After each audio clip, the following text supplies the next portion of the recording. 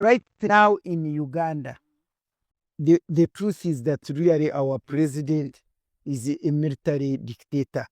He even declares it and says, I'm Sabarwan. They fight, I don't know how to put that word in English. The head of fighters. He says, I'm Sabarwan is the head of fighters. So and what hurts me and what chased me from him was, lies. And to be honest, the government of Museven, the first Museven government, people don't know the Museven 1 and Museven 2. Oh, they are. Yes, there is Museven 1, which was from 1986 2006, where the country of Uganda was being governed through a movement. We had a democratic system where all of us were in one, not one party, but in a movement. And elections were based on individual merit. They would choose you because they feel you are capable of doing that. So that was Obote Museven 1. For 20 years, it is within those 20 years when the constitution was made. And we really made a constitution which was supposed to restore Uganda. He said, what? What is a constitution? A constitution is but a mere paper. That's when I knew Museven had lost it. Because Obote had also already said the constitution is a mere paper. So if a constitution is a mere paper, so where is the constitution? So from that day, he started fighting Parliament. He made sure that he must defeat the power of Parliament, and Parliament would bow to him, to the executive. Thank you very much, African speaker. I welcome you here into my compound, and I'm glad to see you. I was very, a friend of your former president. We are meeting there as Africans. But where as you've said, Miriam Matembe, to briefen my introduction, you say, yes, I'm a lawyer by profession, but a politician by calling. I say politician by calling because I went into politics because it is my God's purpose for my life. Moreover, to fight for justice, equality, and fairness of all, but with particular reference to women and girl child. Okay. Then I'm also a wife, mother, a grandmother, and most important, a child of God. All right, thank you so much. My very first question that I have for you, Honourable Matembe, you once called President Museveni inhumane and heartless. But my question is, do you ever fear the cost of speaking the truth to power? Me? Fearing speaking truth to power? Which power?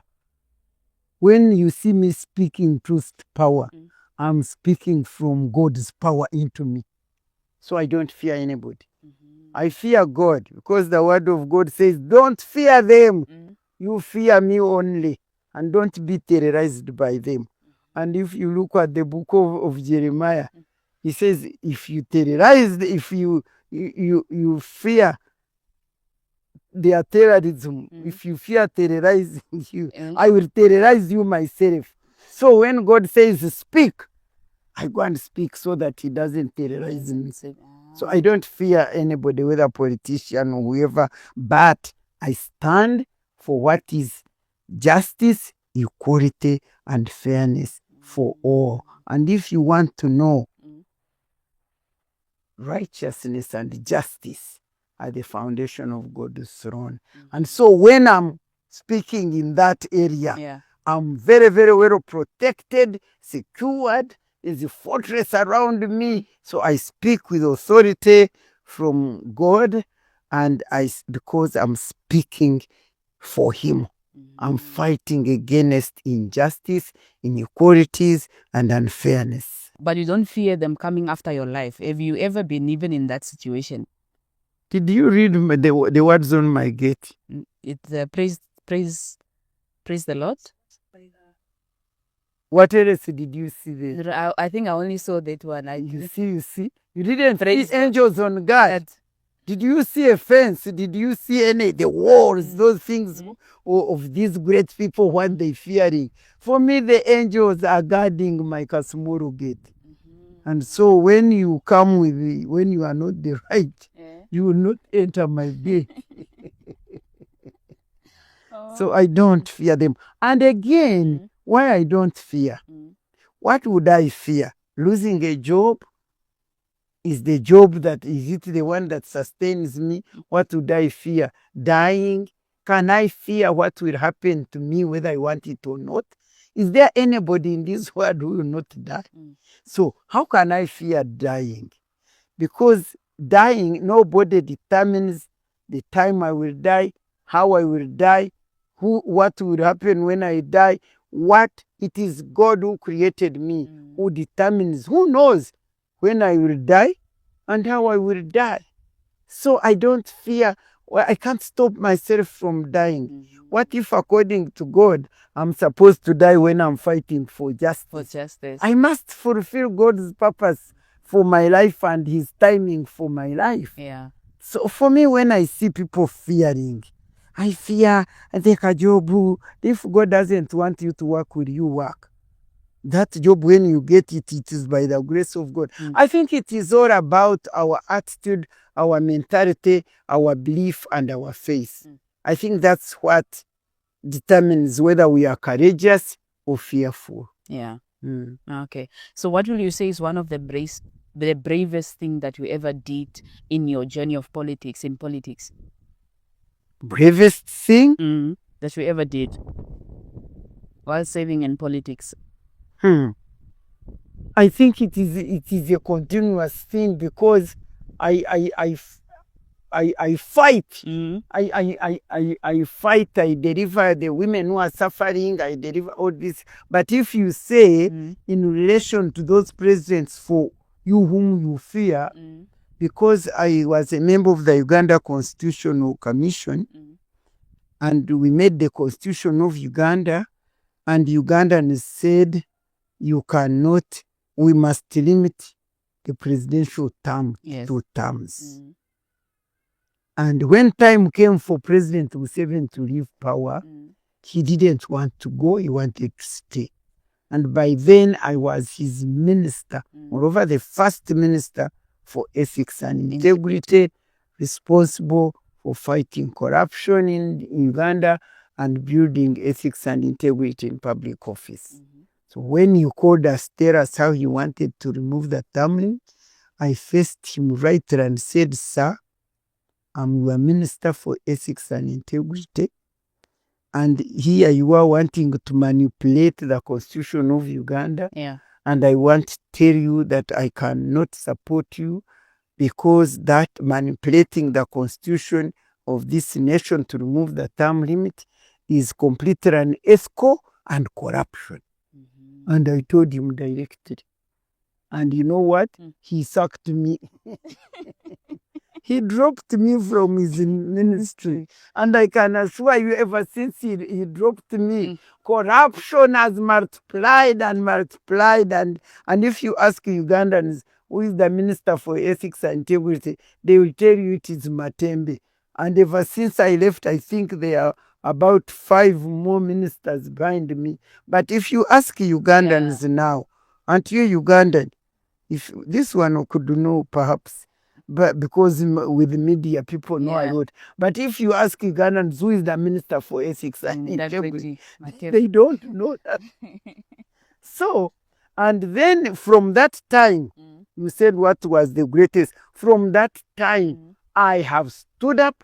You have quoted what I said. If I see somebody heartless, you know when I talked about that heartless, which you have quoted, it was in relation to this man, Dr. Besigye, who is in prison, incarcerated for illegally, wrongly, and that kind of thing. This is a man who was in the bush fighting with President Museven, who was his doctor, and he came to this country and he served. But when he offered himself as a candidate to contest against Museven, that man has suffered all his life. And can you imagine somebody who was your doctor? Yeah. Somebody who was who treated you and cared for your life, and somebody who came and served with you, and you make sure that he suffers, he's mistreated, he's dying in prison. Isn't that heartless? Inhuman and heartless. And I say it publicly without fear because it is true. What does the word of God say? Truth will set you free. So I speak truth and it sets me free because I'm protected. Yeah. And one thing I want to tell you, if you are not within the protection of God who created us, and you start to speak the truth wherever, you may be in danger because you are not shielded.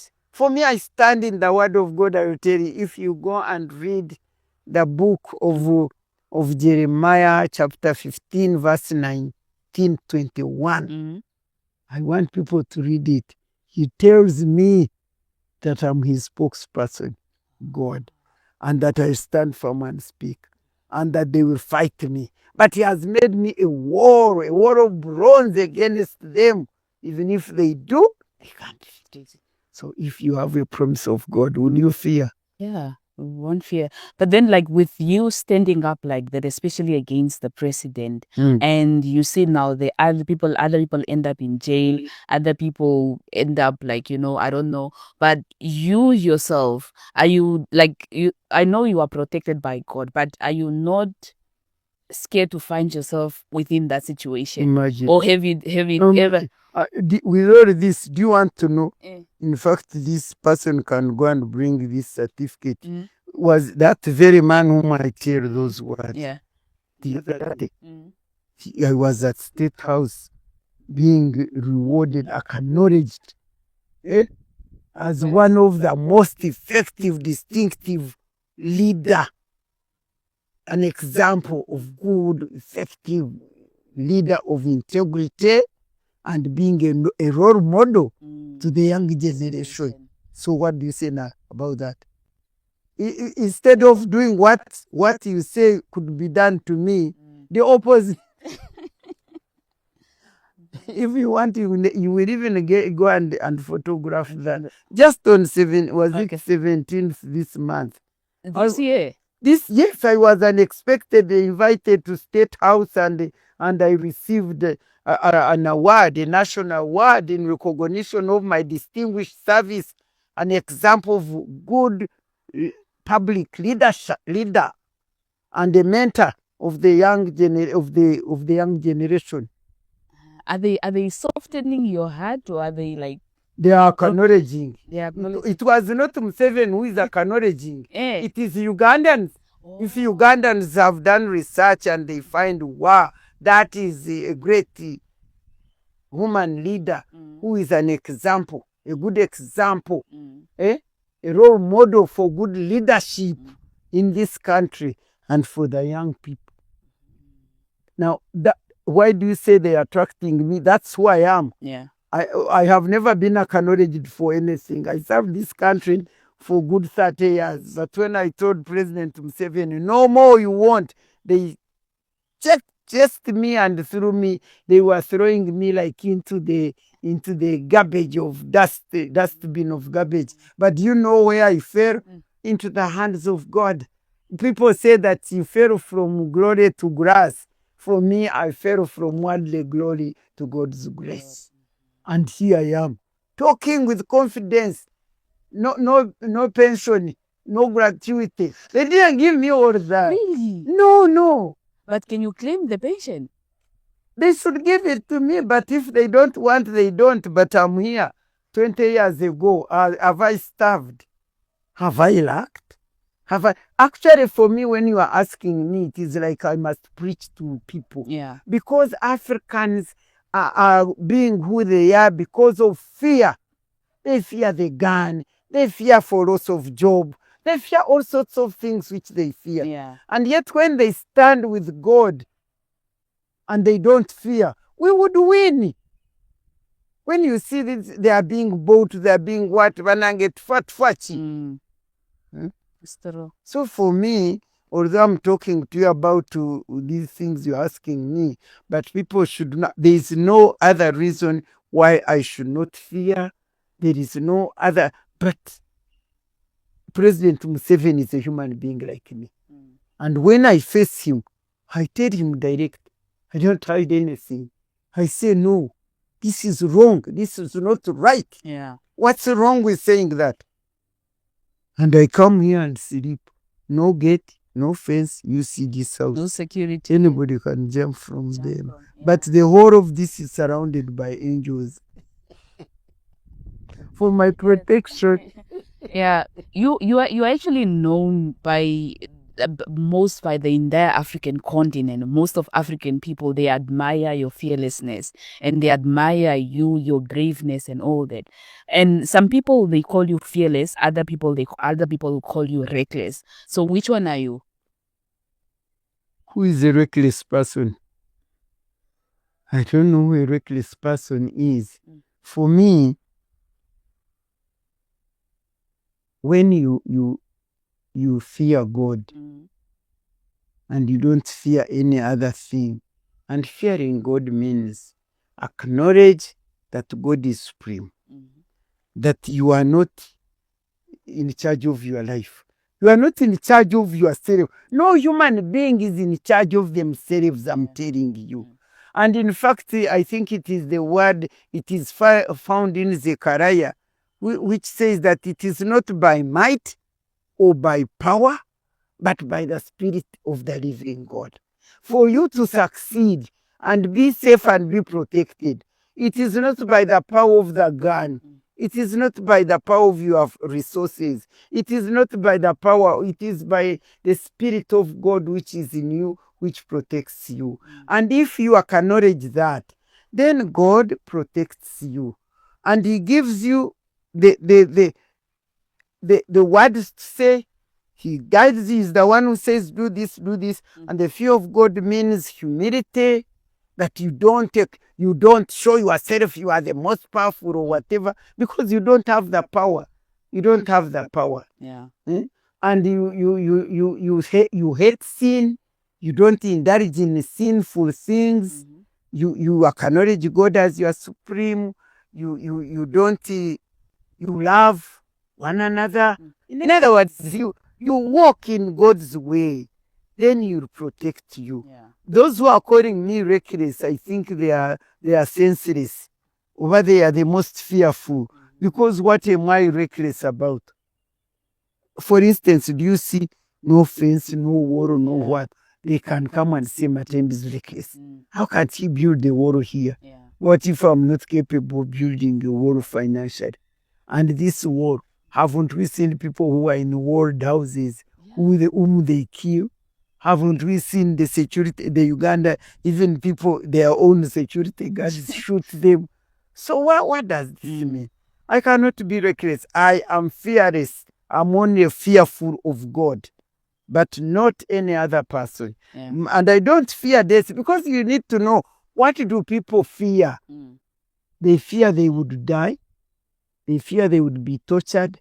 They fear they would be poor and they will starve with no food. That's why they buy them with small jobs.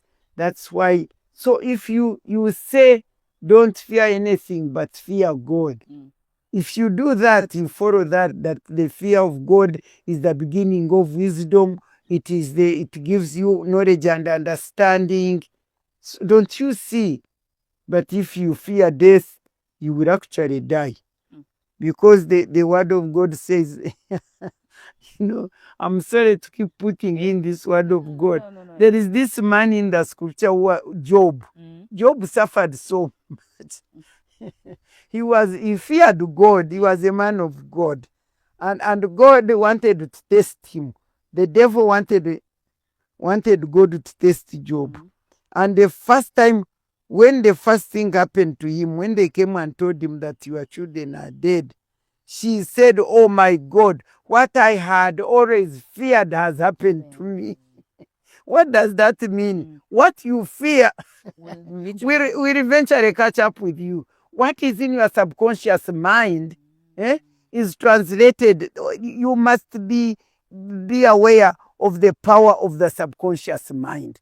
What is subconscious mind has a store, of what comes into the conscious mind. If you are fearing, it is there. When you go there to pick what you want, God gave us everything we need, but it is kept in our subconscious mind. And depending on what your conscious mind now calls to come out, if you fear, the subconscious mind will bring out fear, and fear will control you. If you become fearless, the subconscious mind will bring from the store the fearlessness. And in fact, if you want to know, the word of God told, I think it was one of the kings of Israel, Moses, I think, he was fighting to lead the children of Israel. And God said, I have put the fear of those people in you. You get it? The other people who are supposed to fear me, God puts my fear in them so that they will fear me. You get it? That God says, I will put the fear of those people into you. They will fear me. And if you read the Bible, when the children of Israel were going to take over the land of Canaan? No, Jericho. When Joshua sent the 2 spies, and they went to this woman called I forgot it. Ahab. Rahab. The woman, the Rahab. When he went to Rahab, Rahab told these people that you people, you don't know. Your fear, the fear of you has gripped us. We are all scared. And you know what Ahab did? Rahab, he also got scared of these people. And so he told them, me, I believe in your God. So when you come, please, let your God save me. Save me, yes. And what happened in the end? Rahab was saved, and she's one of the ancestral lines of Jesus Christ. That's so true. Well, I mean, let's go to real things. Other people will say Matembe is disturbing us. No, we are not disturbing. We are learning a lot. We are actually learning a lot from you. So I want us to take you back to the roots, to go back to the roots. So maybe you can just take us back to Bwera. Is it Bwera? My life, where I was born and so on. When shall we finish this talk? So what is your childhood? My story is a long one. So maybe if you can just tell us, what is your childhood or education blended the fire to change the system of well, my childhood, I will summarize it quickly. I have a long story which was even documented in my first autobiography, which is entitled Miriam Matembe, Politics, Gender Politics and Constitution Making in Uganda. I was born as the usual African people in a very rural background, a rural setting with the poor peasant people. We were 9 children, 4 girls and 4 boys. And what inspired me into who I am was my childhood dream, which I acquired when I was at 9 years, and which was inspired by the unfairness and inequality environment in which I was growing up. I see young people these days, when we are mentoring them, they say, this is my role model, this is my whatever, my mentor. For me, I tell them my role model was the unequal and unjust and fair environment in which I grew up that inspired my desire to fight it. So I in my own family, I could see that I won't go into details, don't have that time, but in my own family, I could see discrimination against the girl child. Because as I told you, we were a poor peasant family, but my father wanted education for his children. Good enough for us, he took us to school. All of you guys. All of us, boys and girls. Unlike other neighbors whose girls never went to school and boys would be going to school. But even when we were in school, I could see myself being discriminated against. Because whenever there would be no school fees, they chase us away. My brother would get school fees within 2 days or so. Me, it would take like a month or so to get school fees. When my mother would go to the market or is going to is sick, I would stay at home, take care of siblings, but my brother would go to school. And yet I was expected to perform as well as him, when in fact I was being discriminated against.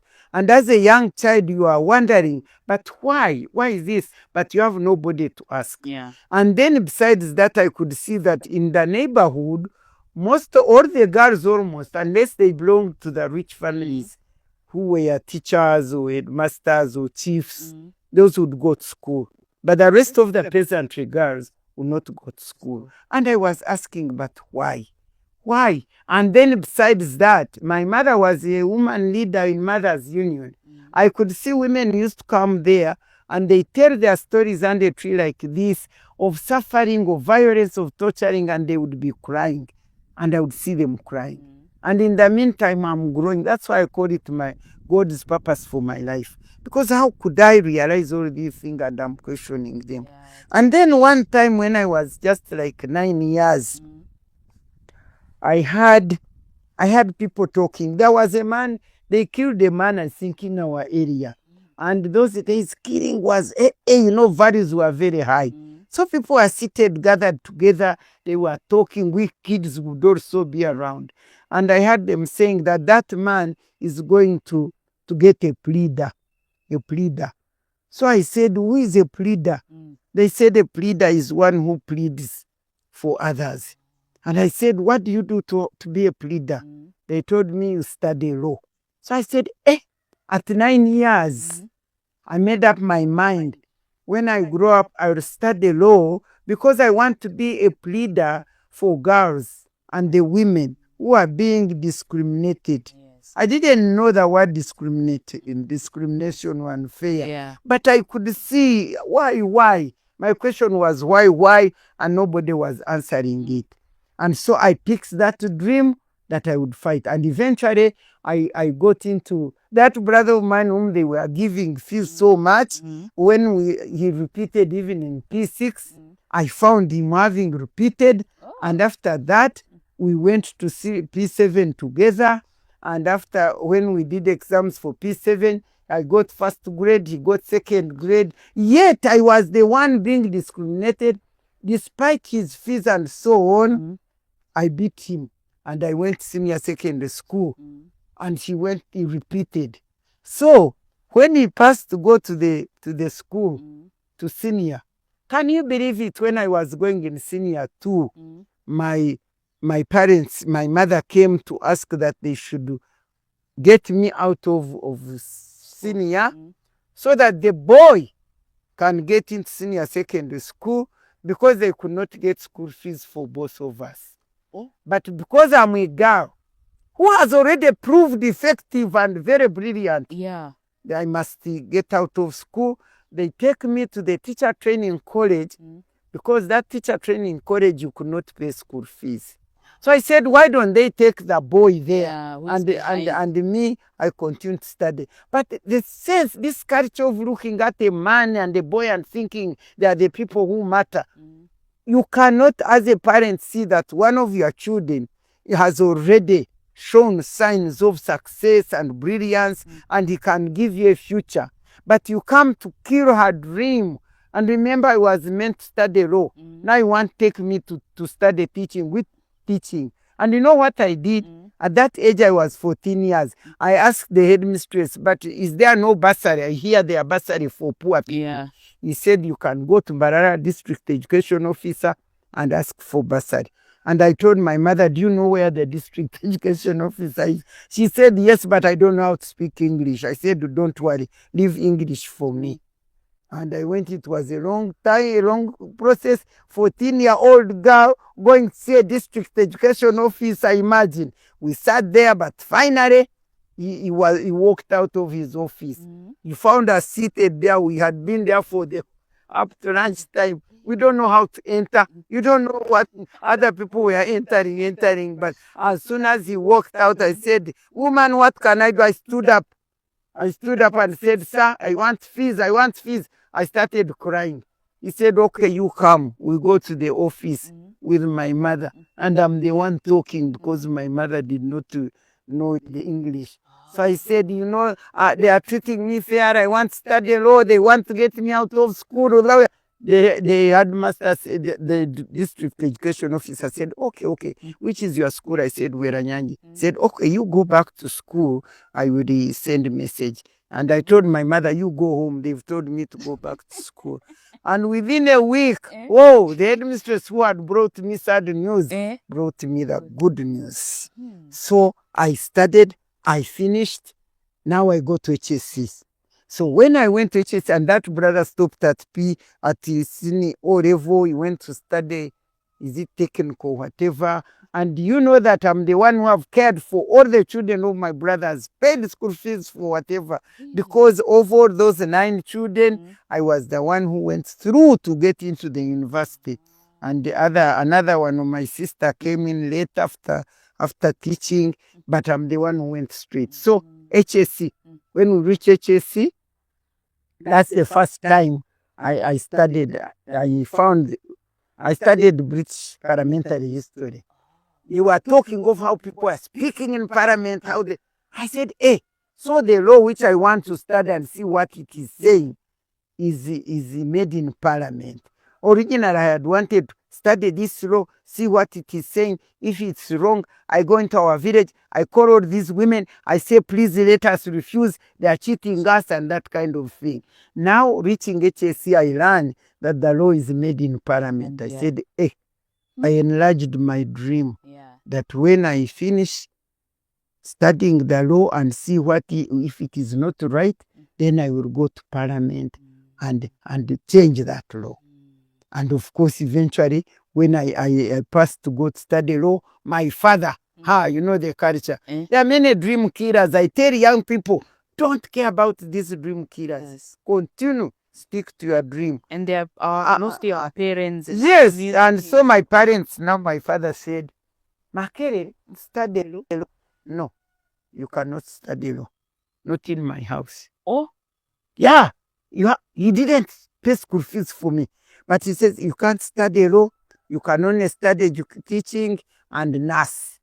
You can. That was the situation. We have fought for African women. You don't know what we have done. I see these young women in Uganda, they see studying engineering is automatic, studying every course. It was not like that.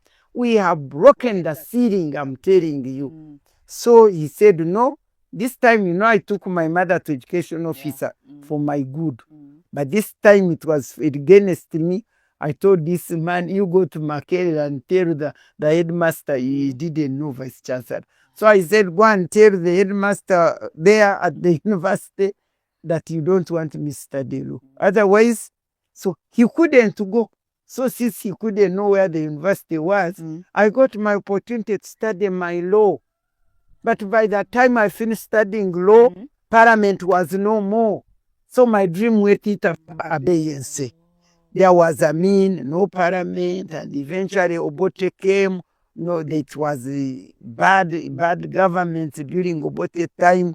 So my dream to be a member of parliament stayed in abeyance. When the NRM government came in 1986, they came like they had known my dream. They said, women, where are you? Museven came on his agenda. The woman question was high up on his governance agenda. And that's when my God opened my door and I embraced this and I went into politics right from village to parish to sub-county to district. Eventually there I was in parliament. So you walked your journey in parliament, and what do I tell you? I had dreamt of studying law, seeing what way it is going wrong, and get to parliament and make it. But little did I know that as soon as I entered parliament, I was appointed among the 21-member commission to make the Constitution of Uganda the fundamental law of the land. When you see me talk of my God, don't joke. How can you have a childhood dream and God enables you to fulfill it up to the letter? Because when I found myself as one of those members to make the Constitution of Uganda, I said, it is done. And I made sure, we were two women, I made sure that the Constitution contained specific provisions. We made a gender sensitive and responsive Constitution of Uganda 1995. And I was also elected to the Constituent Assembly, which debated the draft which we made. And in the end, I was a member of the Legal and Drafting Committee that put a stamp to that Constitution. Actually, it was like, oh my God, what can I do to God? Because you see me here now, I consider myself as a fully accomplished woman of destiny who had a childhood dream and has realized it to the letter. What was my childhood dream? To fight for gender equality, justice, and fairness. Yeah. And that's why I say, that's why I stand firm. You can't, when it is right, when it is fair, when it is correct, you are wasting time. I can't bow to you because that is something that I'm passionate about, and that's why I call it God's purpose for my life. And it has enabled me, my experience. No wonder I got this award, mentoring the young generation, because my experience has taught me that each of us here were created for a purpose.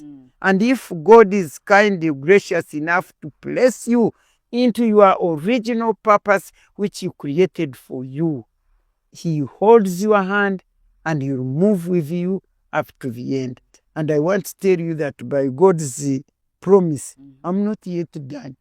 Yes, I'm now big, I'm senior citizen. Actually, I'm now 72 years.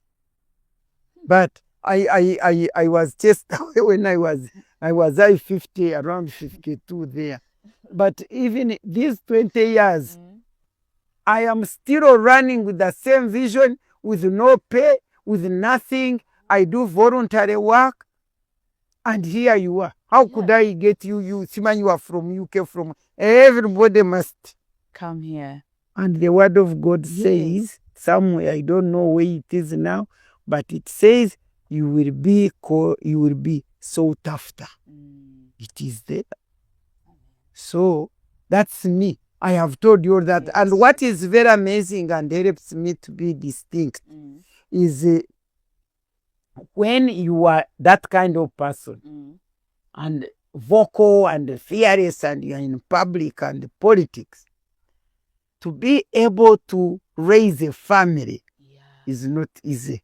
But that man you saw was welcoming is my husband. We've been married for the last 50 years. Wow. And I married when I was actually in year 2 at Makerere. Oh. But I've been able to balance which is the family and the public life. And so my experience, why it does mentor young people, because people say, oh, these vocal, educated career women, they cannot make families or homes. Yes. But here I am. I have my biological 4 sons. They are all married.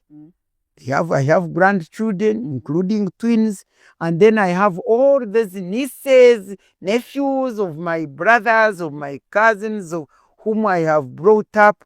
And besides, I have young ladies here from in the whole of Uganda, whether Lango, East or North or what, who call me mommy.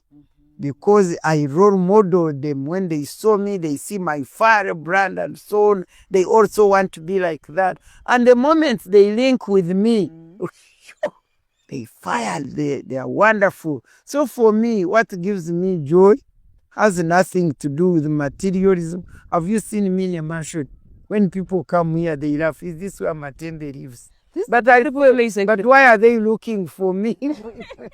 If they think I'm nothing. And these days, what I tell the young people, the Gen Z who are craving for material and what, I tell them, you know, when I'm walking in Kampala, people say, oh mama, oh mama. They don't even know where I live. But do they see my house? Do they see the mansion? No. You can't go with the mansion. Even vehicle you may not be in. So what matters is you. Is who who you are. And that's why I tell people that my experience has taught me that real life does not exist in possessions and positions, not at all. Because I haven't held any position for the last 20 years. I have no title. My title now is Mama. Mama, I'm like the mother of the nation. Everywhere, that's my title. But it doesn't matter. But what matters is not positions and possessions. Because positions and possessions are given to us by God to use them in serving the purpose which He gave us for the benefit of His people. On this earth, we don't come for ourselves. We come. In fact, the book of John, chapter 15, verse 16 says, I chose you. You didn't choose me. I chose you and appointed you that you may bear fruits that would last. I want you here listening to me all the way from Namibia. Yeah, I don't know how you even came to know about me. That means fruits are lasting. That means I'm bearing fruit. And therefore, I tell people, please don't bother about positions. Don't bother about materialism. Don't bother about mansions. Don't bother about be able to know who you are and identify the purpose for which created you for and serve it in such a way that it gives Him glory. That my struggle, my life, I want God who created me to be glorified through my life. So that when they see me, they say, oh, this woman of God. God is glorified in my life. That is your title. Woman of God. That is your title. Your greatest title. Yes. But not the other pastors who tell people lies. These men of God, women of God who are pastors, they tell lies. But you need to be woman of God because your focus is to identify His purpose for you and serve it with such integrity, with such honesty, with such commitment that your service gives Him glory. Then for Him, He will elevate you, and you people are from UK, from where will be looking for me because God has guided you here. It's not me. Exactly. I want to ask, because now we are in the new generation where we believe like a woman, you must be an independent woman, you don't need a man. And also and also like as a woman, as an independent woman or a feminist, you cannot balance between career and you should not be a housewife and stuff. And mostly like that, most women that always are speaking up against injustice and some, they cannot be handled at home, and you cannot have a husband. You are like the husband at home and stuff like that. So how do we, like, because of that narrative that we have now as young people or the new generation, is that how it is? Or but where do you get it? That's the impression or whatever as young people. Now, to begin with, it all comes from a misunderstanding of God's creation. Because when God created a man, He found that he was not complete. And so He said, this man without a helper cannot do what I've created him to do. He said, I must create a suitable companion for this man. What sort of companion did this woman would be? Because God had created many things as we see until He created, He saw that everything was good. And then He said, who will take care of these things? He wanted to be thanked and praised for the good creation He had made, and He wanted somebody to govern the things He had created. And so that's how He said, let us create a man in our own image to manage these things. When you created man, what people don't know, He created the man over these things, to worship and praise Him and thank Him. And after the man was created, he was there like a statue. He could not talk, he could not do anything. And if you read the Bible very well, the man, God did not assign any responsibility to this man You read. He told him he is the garden, just pick fruits and eat them. He said, tender the garden and eat the fruits. Mm-hmm. He didn't tell him to do anything apart from tendering the garden, like you dig and eat your fruits.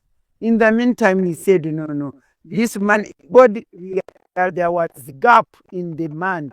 The man was not complete. Nobody wants to do work which is not perfected.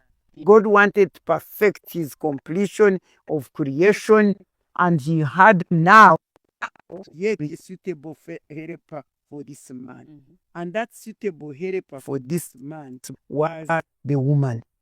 And you know, the woman, as the word of God says, came from the rib. Mm-hmm. While the man came from the clay, Mm-hmm. we came from the rib.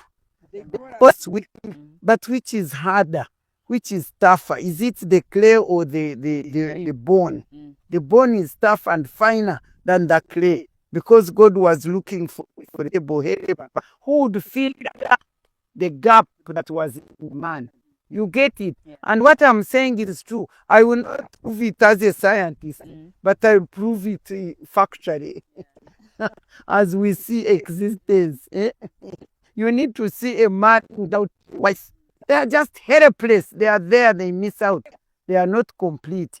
And I usually tell this to when God gives me revelation, people think that the kind of help that God meant was to wash clothes for this man, to wash, to make beds, to cook food for this man. They thought that that is the help God wanted. But I remind them that in that Garden of Eve, there was no bed to make.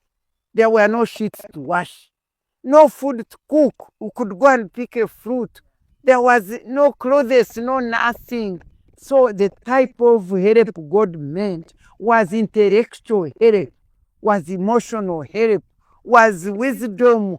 It was not just things that they cook or whatever. No, there was a gap in a man's head. And God wanted to be fit. And that's why after the woman was created, God said, after the woman was created, that's when God told both of them, he said, now, when the man was not speaking, the first time the man burst out into a poem, bone of my bone, rib fresh of my flesh, what? It's when he saw the woman by his side. It's the life bringer. A woman brought life into otherwise lifeless man. He brought meaning into otherwise meaningless man. The woman beefed up and completed the man, so that two of them complete God's vision. And that's when God told them, one, go and multiply. Two of you produce children and multiply. Number two, two of you rule my creation. That is God's command right from creation. And so, when these people come and treat a woman like nothing, like she didn't know, like she's meant for cooking and washing plates, and where were they? I mean, let me tell you why I love God. He gives wisdom. He gives me all this revelation. Yeah.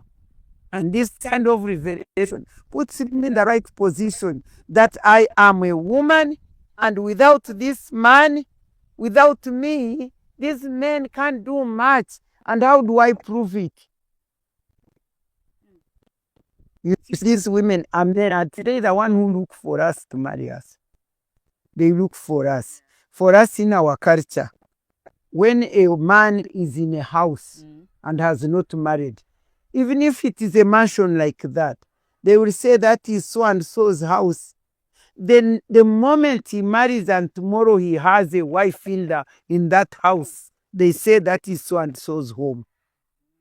We bring meaning, we bring without a woman. And I'm telling you, I have seen men. You have even seen them also.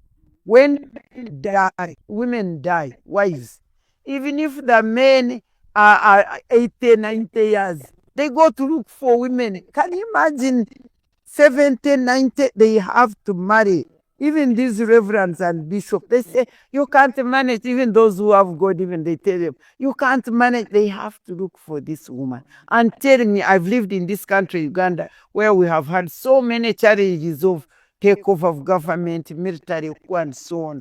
And men have died, leaving widows of 24 years, 25. They leave them with like 28 years with 3 children. And I can assure you, I have seen these widows, they bring up these children and they become members of parliament, they become ministers, they become what?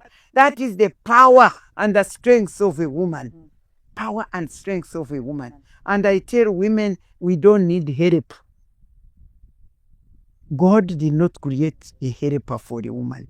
He created a woman to help man, to give him up, complete him up, to give him meaning. And I'm telling you, we are the people who sustain these men. We do. But the man, the woman's helper, I tell women, your helper is God. We are self-contained. For them, they can't do without us. And yet they demean us. They think we are nothing. And now, the fight we are fighting for is that women must be lifted where they are thrown and be placed back to the rib. Because when a man finds a wife, he has found his rib. And that rib completes him. Without that rib, there is something missing. So the rib completes this man. He becomes complete.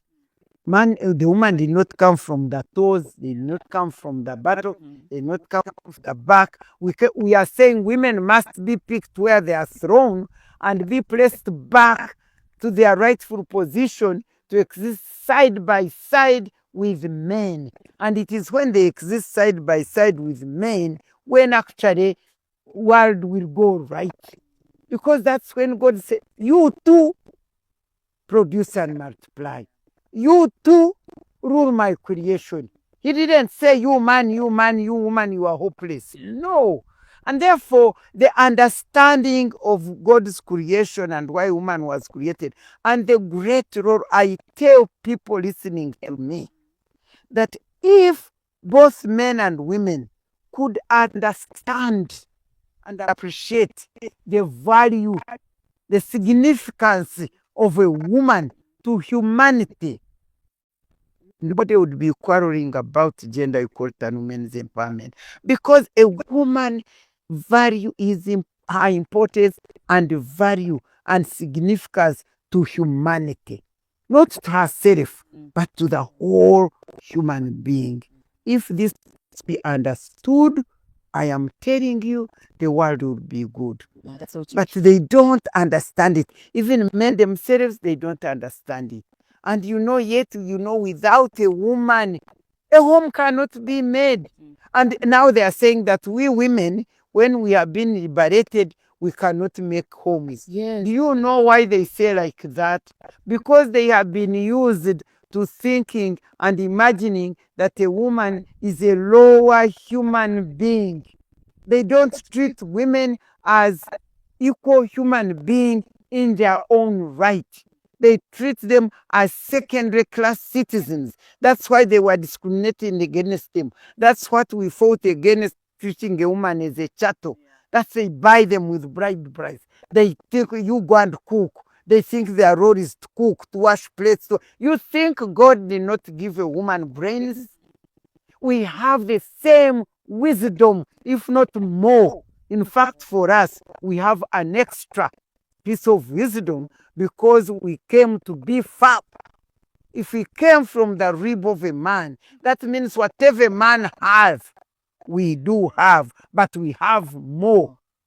We have more because we came to fill the gap. Yeah. And therefore, by discriminating against a woman and treating her as half of a human being, you are denying her to use her God-given wisdom, God-given talents to realize her full potential for her development of her family, development of the community, and well-being of the whole nation. You deny them. And so now when women have come up, because we fought for them, when they have come up, the men who have been told, you are a man, you are a man, you are a man. Being a man is a word. The ego, the ego of being a man without dissecting what a man means, has pushed men into being ego for nothing, because they used to think a woman cannot make money, a woman cannot build a house, a woman cannot fly a plane, a woman. Now we are doing all that. Yeah. Now that we are doing that, they are scared, they've been shocked, they've been blown into a shock because they had believed that we are nothing. Now they've seen we are something. Now they are the ones running from us. It's not that we have failed to make homes. They are the ones running from empowered woman. They even say, empowered woman cannot manage. I can't manage a empowered woman. Why do you want to manage her? Are women supposed to be managed? You manage a company, you manage a factory, you manage your office. You don't manage a human being. Women are not supposed to be managed by men. People say, this man Matembe is suffering. How does he manage this woman? Why should he manage me? All she needs is to understand me, love me, and support me to do what we must do together to make this home. Therefore, I don't blame the women, I don't blame the men, I blame the whole society which has refused and is resisting to understand the value and significance of a woman's humanity. Yeah, and as young women growing up, how that we maintain that respect with us being educated and being empowered, also seeing that we really look at the men into society. But I also make them. Because women that are empowered, and then we end up disrespecting men. And then so how do I maintain that? I go to parliament, but when I'm still my wife, even if I'm So married. what does that mean? I'm still wife. What does you are? Let me teach you. Yes. When you recognize that this wife who you have has got a public role to play, and that public role to play, like being a member of parliament or a minister, is very important for the nation, for the families, and for good of this nation. Now, you have got to create conducive environment which first enables her to do that public role and at the same time the family role. You are not going to say this woman who is now in office 24 hours and doing all the work, that when she comes home so tired, you say, where is the food? We have not cooked the food. Because if you are the one now in the home, you see what happened, the problem was what brought the breaking of marriages and so on. Because the men were known to be the one to come home later, they were the ones to come and women open for them, they were the one to do nothing but come. For them, they say they earn money, they bring food, and the woman is cooking and taking care of the children. But whatever the woman was doing was not valued. It was looked at as rubbish. It is not recognized. It is not acknowledged. That's why I got up to fight. You don't joke with me. And that's why I call all these women who are fighting. They fight what is right.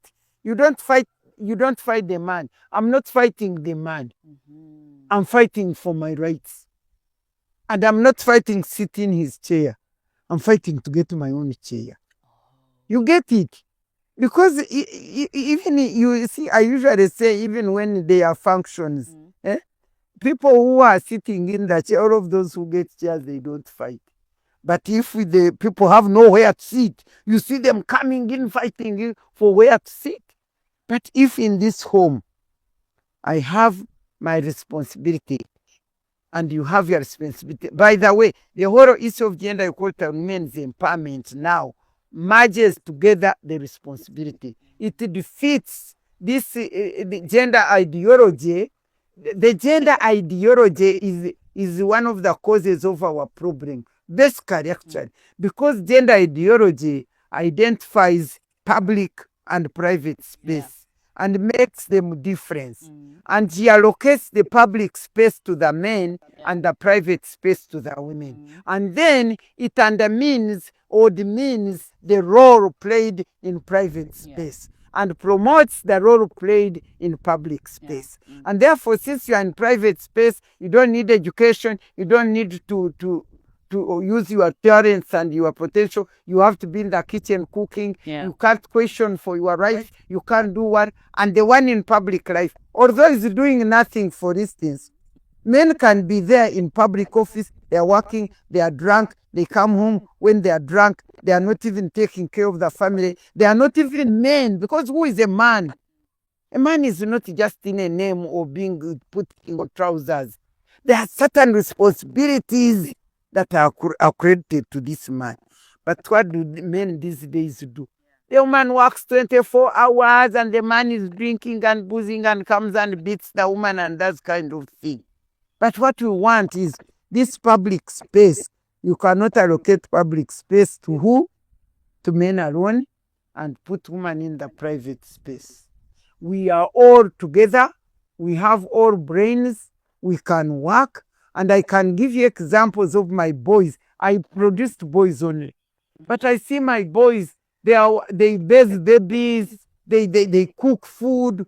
If for instance, my husband here, now I come in the evening so late. He is the one who was working here at Uganda Breweries, coming early. Before I went into politics, I was coming, finishing 5 o'clock. I come here, I cook, and so on and so on. But now I'm in a public office where I cannot determine even when to come home because my work is there. I'm out of the country. I'm doing this, I'm doing that. Now I want to ask, should you say the woman is not here and therefore the children can't eat, there is no food, there is no what, I can't make a bed? If I were to share my examples with you, my and had to come down so that we can reach the banner. Not always is it you have to pack like a lot. No, I mean, assuming I'm there, of course you'll be having a worker. I'm supposed to be in the kitchen supervising what food, what. Now I'm coming at 9 o'clock. You are waiting for me to come and supervise food. I come when I'm so tired. I've not been playing around. I'm so tired. And when I'm so tired, I'm earning money. Moreover, we are earning money more than you earn, which you should look at as what? An advantage. Because if I'm earning more, because I'm a minister, I'm earning more, I have facilities, and for you, you are here working as a brewer. Yes, you are earning your salary, but when I bring this money, I put it on and we do better. Now what should you do? Shouldn't you be supporting me to continue in that job instead of undermining me? I tell people, and it is also biblical, if you have a wife who has excelled, and for you, you are doing the ordinary public job, and for her, she's excelled, and she is working, she needs your support. What kind of support I want to give? For instance, I want first to say that there is no single job, no single role that a woman does that a man cannot do except being pregnant and producing a baby and breastfeeding a baby. Apart from that, a man can do anything that a woman does. And also, the woman, apart from making, he can't make herself pregnant. But apart from that, there is nothing that a man cannot do. They can climb that roof and put these days. So there is now nothing apart from things to do with the childbearing and breastfeeding. There's nothing a man cannot do that a woman does, and there's nothing that a woman does that a man cannot do. Those division of labors went long ago. And since with modern technology, I tell young people when they are wedding, I say, okay, now you are married. This girl is an engineer. This one, you are a doctor, and this girl is an engineer in a company. Your wife. Now tell me, all of you are going to work. The engineer is working, the doctor is working. You are all coming late at home, coming from work. should you really come? And as soon as she arrives, she has baby, she has to make the bed, she has to cook the food, and for you are seated there, you are on your phone, iPhone, or you are watching TV, and you are waiting, madam, the food, when will you bring the food? She has come home tired. You are also tired, and there are now machines. There is a microwave, there is a cooker, there is these dry fryers, there are these machines. Now, if I'm in the kitchen now, prepare, maybe peeling matoke, maybe for you don't want that hands. If I'm peeling matoke, why don't you cook rice, put rice into a rice cooker, and you are cooking rice. And then when I'm putting sauce, you put also the kettle and make tea. When I put milk on the whatever, on the cooker, you also put a kettle, make tea. And then we sit, we are drinking tea together while we are making work, all of us.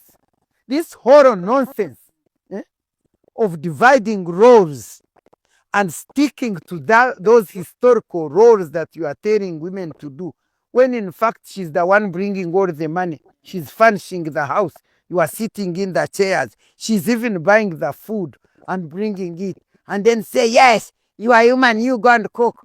You have not made a bed. Let me tell you one time what happened. For me, one time, and I was already, I think, a member of parliament, and you go to a retreat, you are going abroad, you wake up in the morning 6, you have already left. And so when I came back late around at around 10 or something, 11 even, could be midnight. And when I went to bed, the sheet I was putting, the sheet is not, you find the sheets could be ordinary, and you are covering the sheet. But it was nowhere. Then I said, but what's wrong with this bed sheet? And then he said, did you make the bed? I said, the bed is not made. He said, I said, the bed is not made. That's why it is like this. You mean you entered the bed without making it? Why didn't you make the bed? He said, me making a bed? And I said, excuse me, tell me, what's wrong? After I didn't say what's wrong, I said, what is so stupid about making a bed that I am? Because it was like, I woke up, I was woken up. When I was making the bed, usually this is the routine, what, seeing nothing wrong with it. But now, then he said, me making a bed? And I said, excuse me, what is so stupid about me that I make a bed? Now I said, okay, if it is stupid and it is for me to make a bed, now this is it. When I get up, if you want me to make this bed, when I get up, you get up. You get out and I make it. But if you are not going to get out, then you make it. Whoever leaves the bed last should make the bed. And the rule had to work. And this time it didn't come so easily. Because I realized, you mean I'm stupid, making a bed is silly. So I said, okay. And this guy started making the bed. And did he stop being a man? And because we are going slow, there are many examples I could give, but we are going slow. One thing I want to say is that when you handle things like that, eventually you come to understand one another. Because I remember when I was made a minister, and I wouldn't, I would come so tired, and, one time I came so tired and I want to go to bed, and I said, I'm going to bed. Kumbe, for him, he had got some nice goat meat, and he boiled it. We loved the boiled goat. So when I went to the bathroom, he came and said, by the way, I have prepared some good boiled rib for you to take. I said, I'm really tired. Let me go bathe and sleep. And I can assure you, I can tell you, by the time I got out of the bathroom, I found he had got a bowl. He said, at least take the soup. He had put this soup in a bowl and the ribs and brought it by the bedside for me to take it because I was tired. And so from that, learning from one another, supporting one another, thing started working. And making a bed did not make, and boiling the meat and taking it did not turn him into less of a man. Yeah. I tell many men there are so many things that turn you into less of men than making a bed or cooking food or bathing a baby. Or that is joy when you are bathing a baby, when you are feeding your babies, you are linking with them, relationship. I'm a man. You come here drunk and you start, I'm a man, where is food? And you start beating the women. That's nonsense. I appeal to women, to men, that they should be able to identify who their wives are, who these girls are, who they are, what ability, what capacity they have, and they should support them to realize their potential. There's a biblical story I'll give you. There was this woman called Deborah. Yes. He was a judge, Deborah the judge. He had a commander called Barak. Now, one day, the arm of the Assyrian army was disturbing them. There was an army command of the other nation was disturbing them. And one day, Deborah, because she was also a prophet, she told Barak that you go and attack the army of this man, Babin. He was called Babin or what? Go and attack him. Attack them. You will win. And the commander of the army called Barak, he said, no, for me, I can't go unless you go with me. And Deborah was a woman. Said, I can't go and attack that man because unless you go with me. And Deborah told the army commander, this was an army commander, and this was a woman. And Deborah told the army commander, okay, if you want me to come, I will come, but the victory will go to a woman. And Baraka did not mind, because he knew what Deborah had. He knew what was in Deborah to enable them to win the war. Yeah. What mattered to Barak was winning the war. It was not who would win it. And so he succumbed, he accepted, and Deborah also said, well, he wants my help, let me go and give it. Yes. And in the end, they won the battle. So I tell men, why don't you see, don't care whether you are a man or not. What you should look at is success of what you are doing, achievement of what you are doing as a family. If you can see that this woman has what it takes to make your family flourish and grow, why do you care whether she's the one who has done what you man should have done? Why do you care? So for the young people, I want to tell them the most important thing that will make them change and be able to run a good run in making families is to first understand what is it that gender equality and women's empowerment means. Equality and women's empowerment is for the good of humanity. It is not for the good of women only. It is not good for the men. It is not bad for the men or good for the women. It is good for humanity.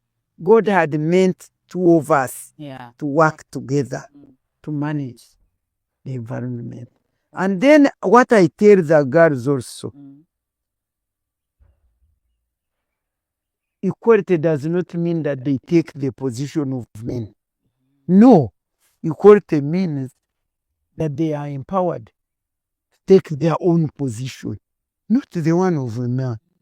You are seated here, I'm seated here. Yes. If you put me on the ground and sat on the chair, I wouldn't have felt comfortable. I would be fighting to also secure that chair. So they need to know that we have need them to go and study and get their skills and get empowered to come and work with men together. And they need to know that the family is very crucial, is very important, and women need to know their own importance into the sustenance of humanity. If a woman was not created, there would be no human beings apart from whoever man who was created. But when God saw this and created a woman, I tell the women, God made the women's womb the factory for procreation. Because after the man, the God had made the woman, that's when he said, you two go and multiply.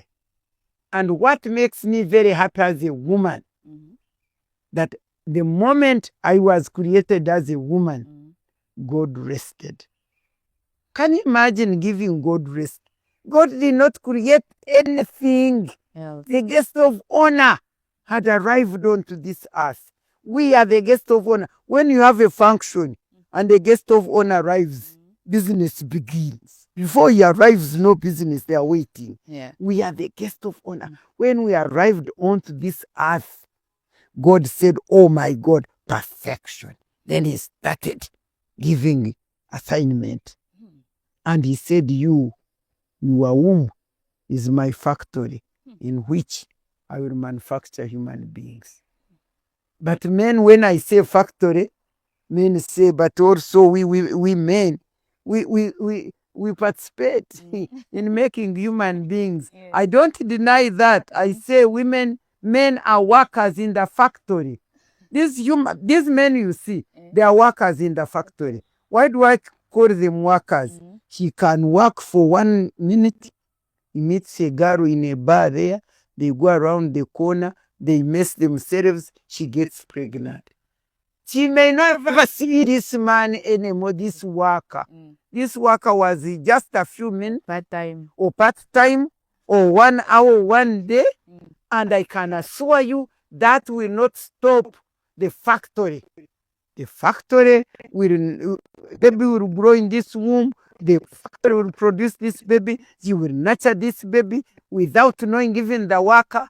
And the baby will become a distinguished person in the land. You see how important we are. I wish these men could see how important we are. They work in the factory. But I end up by telling men and women, please, the factory cannot work without workers. And workers cannot produce anything without the factory. So that means the factory should regard workers as important, and the workers should regard the factory as important. Because both of us, we make what God wanted. And family is very important. Humanity is very important. God cannot go to procreate again. And therefore, men and women must marry. They should produce. And they continue producing. They must know that. They must know that. So me, I tell them, please get to know. My advice is both men and women. Now that we rose up, we are fighting for our rights, and we have got them. Our rights are not to neglect our responsibility. Our rights are not to become men. We must remain women. We are mothers of our land. We are mothers of our children, and men should also remain men. They are not meant to be women. All they need to know is both of them are equally empowered and talented by God and purposed by God to realize what God created for them, not meaning any other. I tell these girls, they call them, for us, we are career women. And I challenge them and say, what are you carrying? I told you my story. I worked good 30 years. When I objected to removing of it, when I stood for what was true, I was thrown out into, like you throw me into the garbage. But I want to ask, where the career threw me down. If I did not have a wonderful, beautiful family of my children, my husband, and if I didn't love God, what would I be carrying? At least where I came down, I carry my family. My guys are there. They've given me grandchildren. They've given me, if you ask me, is it being a lawyer that makes me happy right now? Being a lawyer, so what? You know what makes me happy most? That I produced fruits that would last in accordance with John 15:16. The fruits within the family, I have the things of Abraham, Isaac, and Jacob, because I have grandchildren, children and grandchildren. So those are fruits that are lasting. Secondly, in public life, by work, I have produced fruits that would last. I have mentees who have worked. I have people who look after me, who follow me in my footsteps. And therefore, when I die now, you see, you are coming from Namibia, these are from UK, from wherever, that this is African platform. Yeah. Where did you find me? Had I traveled to your place? I was here. That means the fruits. That means I'm bearing fruits that would last in the family and in the public life. Yeah. And that's our role. That's building a family, building a nation. And each of us must do that. And I must thank God who has enabled me to do this. Right now, as you see me, we have already got golden jubilee. We are 50 years in marriage with my husband. And I can assure in this country, when you ask, they will tell you that I'm the most vocal person running with the whole issue of gender empowerment. And yet here I am with family, with daughters in love, with sons in love, with so legacy. Legacy. So what is this saying? That it is a total lie to say that gender equality and women's empowerment destroys the family. It is a total lie. It is because of lack of understanding of what it is and what it means that it destroys the family. And therefore, my call to both men and women, those who say they are carrying career women, they are carrying nothing. I'm a career woman. I'm a lawyer with doctorate degrees. By the way, the first one from Makerere, the masters from University of Warwick, I had gone there to study to see how I can. University of Warwick in UK. I had wanted to study the master's degree, and my master's degree was law in development. I wanted to see how we can use law to develop women. Unfortunately, I find that law is more oppressive when it comes to liberating women. It is more oppressive. The one which kills them is the one which is enforced, and the other one is never enforced. And the doctorate, I was telling you of a legacy, the doctorate in the University of Victoria University was an honorary doctorate of laws, which was given to me for the distinguished work I have done mentoring in the fight for gender equality, women's empowerment, and being a role model to the women of Africa and the world. And by the way, that was 2007. But in 1998, I was awarded as one of 100 women heroines of the world. 100 women heroines of the world, who for the 100 years since the fight for gender equality and men's empowerment, which was 1898 up to 1898, between 1898 to 1998, they chose 100 women of the world who have made a tremendous impact, fearlessly fighting, empowering the girls and the women for those last 100 years. And I was one of them. So I got an award. I have my certificate in there, and they called me to New York, and I held the Uganda flag. I remember they gave me $1,000 to come and use it for my work for women. So you can see, that is my legacy. That is who Matembe is. And up to now, I'm still running. Even since morning, I received 2 calls. Women, this one is dismissed from the job. This one, or the husband is disturbing. This one, I rested.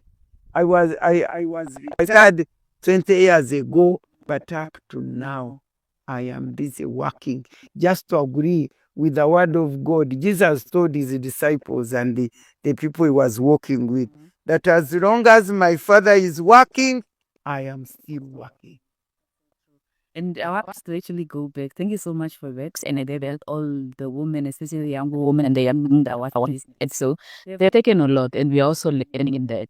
And I want us to move back to go back. You helped change in Brande's constitution in the 1990s. So, and I want to know, looking at Uganda today, do you think it has do you think it's still serving the constitution is still serving the purpose that you imagine, like the secure democracy for the future generation, or do you believe, or do you think that it has become a failed democracy? I quickly say it is a failed democracy because right now in Uganda, which they are talking about, that they go elections which are rigged, which are bribe. Right now in Uganda, we have what we call, I call it a militarized thing or form of democracy. The truth is that really our president is a military dictator. He even declares it and says, I'm Sabarwan. They fight, I don't know how to put that word in English. The hero fighters. He says, I'm Sabarwan is the hero fighters. So and what hurts me and what chased me from him was, lies. He came with a 10-point program.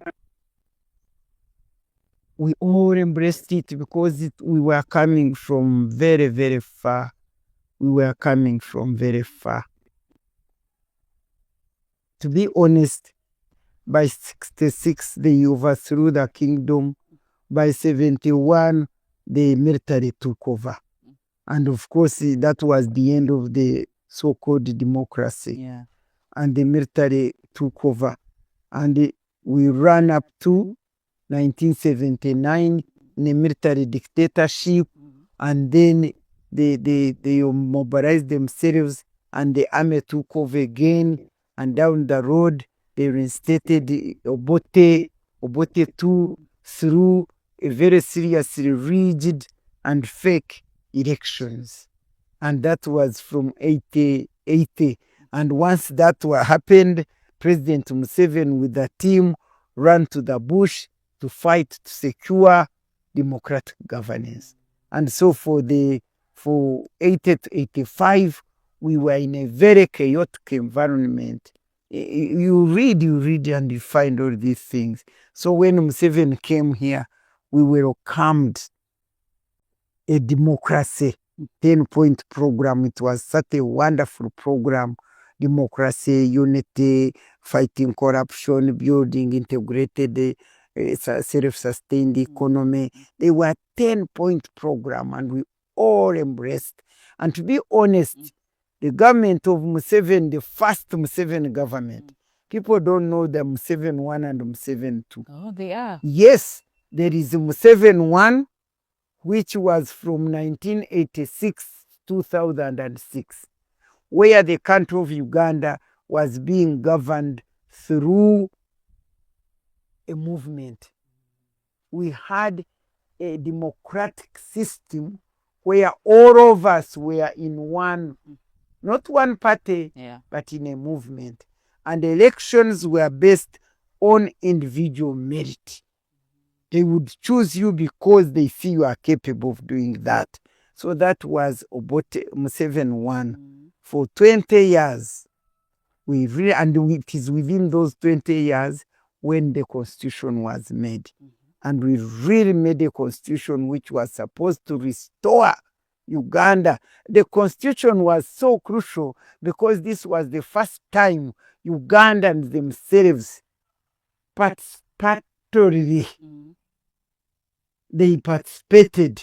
It was a participatory made constitution because we took 4 years teaching Ugandans about what the constitution was. And after that, we went around and asked them, therefore, what, now that you know what it is as the foundation of a nation, we are saying we as Ugandans have never sat and formed a nation called Uganda. This was an opportunity for us to do that. And we traversed the whole country and we came out with a draft constitution which contained the views of all Ugandans about how they wanted to be governed. Because we are telling them that a constitution is the foundation, equivalent to a foundation of a house. When you want to make a strong house, you make a strong foundation. And so this was the time for us to make a strong foundation on which to build Uganda as a nation. And it was done. I can tell you, it was done. And when our constitution came out, it was loudly, applauded and appreciated as the one of the first, one of the good and best constitution that we are taking interest of human rights, fundamental human rights, the issues of equality, the equals of inclusion, everything was put there. And that constitution was implemented within those 10 years between 1996 and 2006. But I tell you, when we began implementing that constitution and President Museven saw that constitution is not the same as constitutionalism, he fell apart and got out of the path. Because the constitution was wonderful, but because it established the principle of separation of powers, which were not there before. When the first 10 years, the first 10 years of the movement system, NRM, the president was the head of the parliament. So there was no principle of separation of powers. So he was doing very well. He's the boss. He's the one who would say this. But the parliament, the NRC, I can guarantee that the first national resistance movement governance, before you bring in the constitution, was really democratic. Because you could stand up and oppose government and say what you want to say and you win. What you bring out to win. And tomorrow you stand up and support the government, you still the same person. Today you are supporting what they are doing because it is right. Tomorrow you are opposing because it is wrong. But nobody would question, who are you, what is this? So it was democratic. And even if the president was the head of the parliament, he never used to come to chair the parliament. He would come when we have a controversial matter, when we have not agreed with consensus. Otherwise, we had a chair of the parliament. He would come, and even if it meant sitting for 3 days alone without media, we would be in that parliament as members and speak, and everybody would pour out their mind. And whatever would come out would take the consensus and go and implement. And that's why things were really good. Good, and corruption was not there yet. But now, by the time the constitution was to be implemented, we made it so well, covered everything. When we started implementing it, the principle of separation of powers affected Museven because he didn't know that the constitution will not allow him to do what he's not supposed to do. For instance, he could not come to parliament like he used to come and sit with 3 days with us and we talk. No. The parliament was the one to invite him when it wanted to invite him. And I remember we had one case of procurement at Bujagari there, of procure to make electricity. I think the president had already agreed that some company from America would do it. When the issue came to parliament, the parliament said, no, They investigated, they found that was a fake company. And the president said, who is parliament, stop me. I must determine what I want. And they said, but the constitution. He said, what? What is a constitution? A constitution is but a mere paper. That's when I knew Museven had lost it. Because Obote had also already said the constitution is a mere paper. So if a constitution is a mere paper, so where is the constitution? So from that day, he started fighting parliament. He made sure that he must defeat the power of parliament, and parliament would bow to him, to the executive. As we talk now, of course, with the sixth parliament, we resisted, we defeated him, and that company never took the assignment. And down the road, I think it was 2 months, that company was declared bankrupt in America, and it went. You can see the role of parliament. Yeah. If we had not checked that, like now what they do what Museven wants. The executive has taken over the parliament. We don't have a parliament. You don't talk to me of a parliament. You don't talk to me of a parliament. And indeed, when the constitution worked for 10, it had worked actually not for 10 years, because it was 2003 when he brought the idea of amending the constitution and removing the presidential term limit. The original constitution which we had made was amended, was replaced, because there was even a new constitutional commission. There was a new constitutional review commission which came in and ended up changing the presidential term limit. They removed it. That's when I parted with President Museven in 2003. I think the constitution was being implemented from 1996 to 2003. It was not yet 10 years even before their constitution was. What was the term limit, the original term limit within the constitution? 5 years, 10 years, 5 term. If you are good, another 5 years, then after 10 years, you go. So he had been elected in 1996. So he was going to end in 2006. Now he decided to remove the term limit. So our original constitution started being killed. It was murdered, slaughtered slowly. And as I talk, I don't know what is in the new constitution. Because even down the road, we had also put the presidential age limit. He also removed it through guns, and I wish if you were putting out this video, I wish you could put there the video where he was beating and torturing the members of parliament, forcing them to remove the age limit. Do you have that? Yes, it is there. It is everywhere. Where are Ugandan people? It is recently they were playing it there during the election of NRIC, when Kadaga was saying that she must be the member of SEC, and they were playing that video where he was saying, if it was not for me, Museven would not be in power. But because he was a speaker and allowed all these goons of the army, the Presidential Protection Unit entered parliament, they beat them, they tortured them, and they went into prison and they removed the age limit. So in Uganda, don't talk over a constitution. The constitution is a mere paper.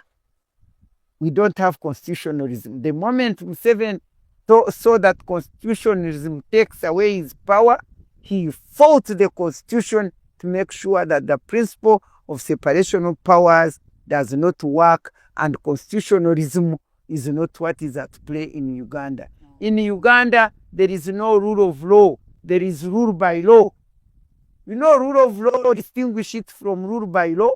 The rule of law, the law rules. But the rule by law, you make the law rule by force. So that's what is happening. So in Uganda now, no hope for democracy, no hope at all, as long as we continue like this.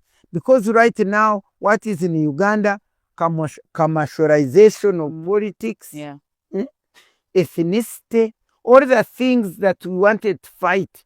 When you pick our constitution and you see the principles we had put there, if I knew you'd ask, I would have read for you those principles that were governing our constitution. Unity, fairness, whatever they were, peace. Now in Uganda, no peace, fire. Elections means fire, means fight. Opposition means enmity.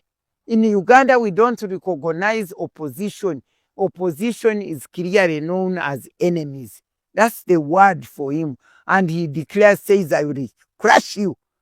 He's the army, he's the man who fought in the bush. He's here governing Uganda, but fighting Ugandans. So we don't have democracy. We have a militarized dictatorship, camouflaged under a theoretical form of democracy. It is democracy in a form as opposed to democracy in substance. And I was going to tell you that one of the reasons I disagreed with Museven, and I still disagree, is he being imposter. I mean, I don't know what to say it. He lacks integrity in totality. He's a person who lies. You cannot say that the problem of Uganda and Africa in general is leaders who don't want to leave power peacefully. That was his statement when he came here. He wrote a book and even put it there. And this is the man who was ensured that he can never leave the leadership of Uganda peacefully. And yet he said it. This is a man who came saying, when he was opposing multi-party political democracy, he was saying democracy is not in a form. Democracy is in substance. It must be seen working on the ground. It is not only expressed through elections.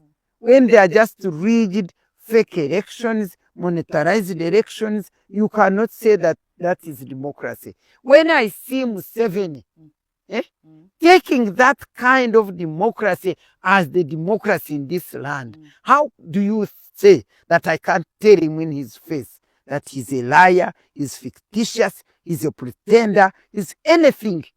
But this does not mean that I don't appreciate what Museven 1 did.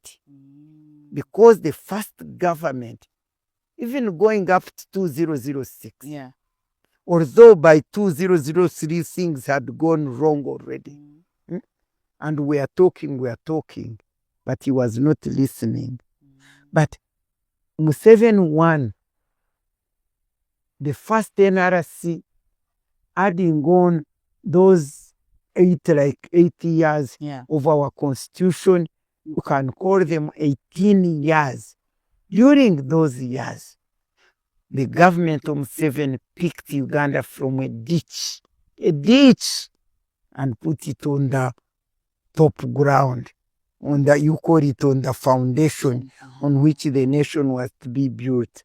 Unfortunately, he started destroying the foundation, and as we talk now, we don't have a democracy.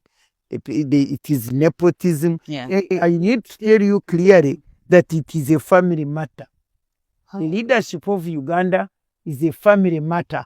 Why do you say so? The President Museven, his wife, his brother, his son, his relatives, Politics, are they in government? What are you talking about? Where are you coming from? Museven is the president. His brother, I think, should we call him the shadow president? I don't know what to call him, because he owns Uganda. His brother Salim Sari. Every member of parliament, everybody wants a job. Everybody wants to be a cabinet. All these vice president and prime minister and so on, they all go and bow to Salim Sari. They all go and bow to the brother of Museven. If he doesn't see this should be done, I think it won't be done. And Museven these days, with all the tiredness and the age, he's just like there, like Obote used to be there in a form.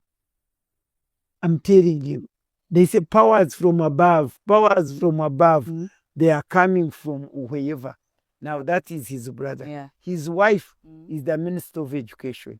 I tell you, any woman who has to get a job, distinct job or something, without Janet supporting it, you are joking.